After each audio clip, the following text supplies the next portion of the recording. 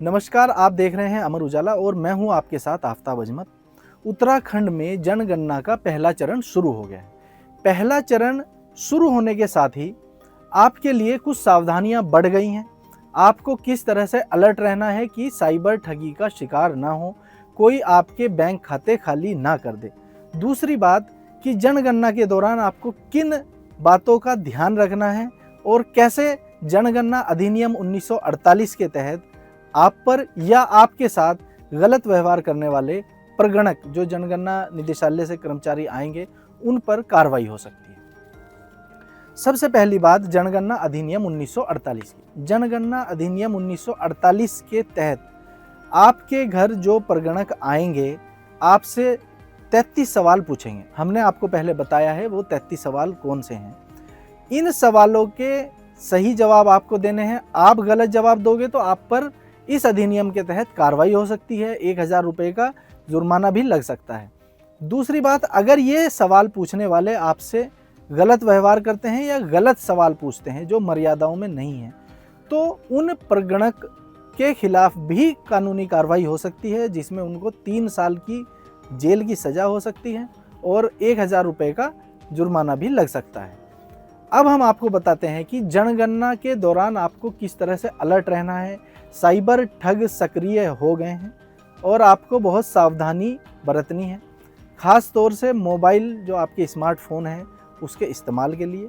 सबसे पहले हम आपको बताते हैं स्वगणना, जो खुद आपको गणना करने का मौका अभी दिया है जनगणना विभाग ने। ये एक पोर्टल के माध्यम से ही होता है, इसके अलावा इसका कोई और विकल्प नहीं है। पोर्टल है se.census.gov.in। आप अगर अपनी मकान की गणना खुद करना चाहते हैं तो केवल इस आधिकारिक पोर्टल के माध्यम से ही करें। जनगणना निदेशालय ने बहुत स्पष्ट कर दिया है कि इसके अलावा उनका कोई भी मोबाइल ऐप या पोर्टल नहीं है, लिहाजा आप किसी भी अन्य संदिग्ध मोबाइल ऐप या पोर्टल के झांसे में बिल्कुल ना आएँ। अगर आपको करनी है तो आप केवल इस वेबसाइट के माध्यम से करें। अब हम आपको बताते हैं कि जब 25 अप्रैल से आपके घर प्रगणक आएंगे तो आपको कैसे अलर्ट रहना है, उस प्रगणक को कैसे पहचानना है। सबसे पहले जनगणना निदेशालय की ओर से उनको एक आईडी कार्ड दिया गया है जिस पर उनका फोटो, उनके विभाग का नाम और एक क्यूआर कोड है। जब आप उस क्यूआर कोड को स्कैन करेंगे तो आपको उस संबंधित कर्मचारी की पूरी डिटेल मिल जाएगी कि मूल विभाग क्या है और इनका जनगणना का क्षेत्र कौन सा है। आपका क्षेत्र ही उसमें आएगा, अगर नहीं आएगा तो वो मामला संदिग्ध हो सकता है। आपको सबसे पहले ये सुरक्षा बरतनी है। दूसरी बात, जब आपके घर प्रगणक आएंगे तो आपको उनको कोई दस्तावेज नहीं देना है। वो आपसे किसी भी तरह का कोई कागज़ नहीं लेंगे, ना आधार कार्ड लेंगे, ना पैन कार्ड लेंगे, ना बैंक खाते की कोई जानकारी लेंगे। लिहाजा आपको वो सब जानकारी नहीं देनी है। वो केवल आपसे आपका एक मोबाइल नंबर पूछेंगे और आपके सामने ही जब प्रक्रिया करेंगे तो एक OTP आएगा। ये पूरी प्रक्रिया तब होगी जबकि आपने खुद गणना नहीं की होगी, स्वगणना नहीं की होगी। ये प्रक्रिया मैनुअली तब करेंगे। अगर आपने अभी जो स्वगणना चल रही है, आपने खुद अपनी मकान की गणना कर ली होगी, तब आपसे वो केवल एक SE-ID लेंगे, जो गणना ऑनलाइन करने के बाद आपके पास आई है एक ID। केवल वो ID लेंगे और उसका फौरी तौर पर वहाँ सत्यापन करेंगे। लेकिन अगर आपने अपनी गणना खुद नहीं की तो 25 अप्रैल से ये प्रगणक आपके घर तक पहुँचेंगे। अब प्रगणक जब आपसे सवाल पूछेंगे तो आपको बिल्कुल सही और ईमानदारी से जवाब देना है।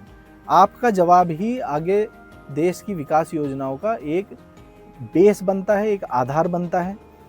अगर आप गलत जवाब देंगे तो आप भी कार्रवाई की जद में आ सकते हैं, इसलिए आपको सावधानी पूर्वक और ईमानदारी से अपना जवाब देना है। दूसरी बात यह है कि जनगणना की कोई भी फीस नहीं है। अगर आपसे कोई फीस मांगे तो आप उसकी शिकायत कर सकते हैं। आप पर जनगणना का कोई जुर्माना नहीं है कि आप जुर्माना, मतलब आप जनगणना में शामिल नहीं हुए तो आप पर कोई जुर्माना लगेगा, या कोई आपको फ़ोन करके कहे कि आपकी गणना अभी तक नहीं हुई तो आप पर इतना जुर्माना लग गया है, तो इस झांसे में भी बिल्कुल ना आए। आपको किसी को भी आधार OTP नहीं देना है। अगर आपसे कोई आधार नंबर पूछे या फिर आपका आधार OTP का कोई मैसेज आए और आपसे पूछे तो आपको बिल्कुल नहीं बताना है। जनगणना का उससे कोई लेना देना नहीं है।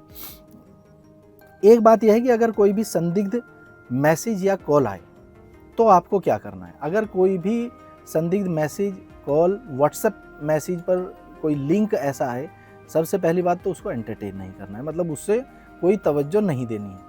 और उसकी आप शिकायत साइबर क्राइम पोर्टल पर कर सकते हैं या 1930 नंबर पर कॉल करके उसकी शिकायत दर्ज करा सकते हैं।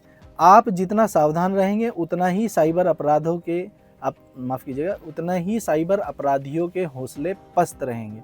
आप जितना लापरवाही बरतेंगे उतना ही आपके ऊपर खतरा है। बहुत ही आसान है जनगणना की ये पूरी प्रक्रिया, आपको किसी तरह की कोई चिंता नहीं करनी है। केवल एक वेबसाइट है, अगर आप खुद जनगणना अपनी मकान की गणना करना चाहते हैं तो उस वेबसाइट का नाम हमारी स्क्रीन पर दिख रहा है, आप उस वेबसाइट के माध्यम से अपनी गणना कर सकते हैं।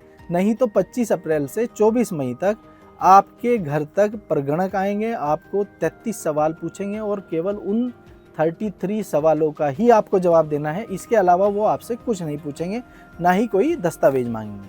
तो सावधान रहिए और जुड़े रहिए अमर उजाला के साथ। आपके राज्य की खबरें, आपके शहर की खबरें सबसे पहले जानने के लिए देखते रहें अमर उजाला।